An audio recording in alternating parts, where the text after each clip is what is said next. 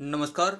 आज की इस वीडियो में हम आवेशन का इलेक्ट्रॉन सिद्धांत समझेंगे कि किस प्रकार किसी परमाणु के द्वारा इलेक्ट्रॉन के त्यागने और ग्रहण करने से उसमें आवेश की उत्पत्ति होती है।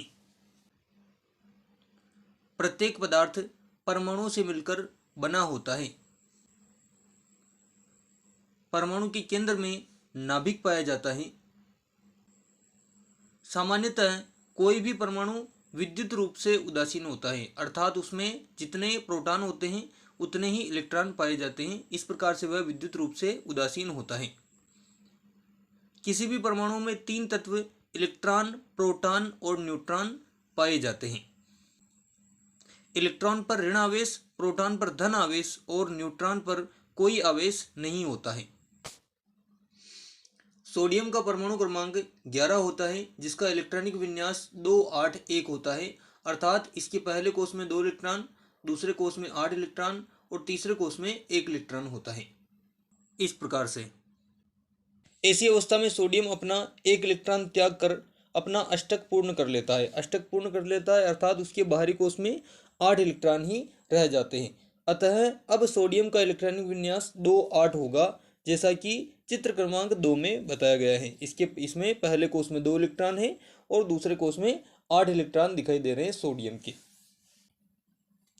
1 इलेक्ट्रॉन त्यागने से सोडियम में प्रोटॉनों की संख्या इलेक्ट्रॉनों की संख्या से 1 अधिक हो जाती है, जिससे सोडियम पर धन आवेश आ जाता है।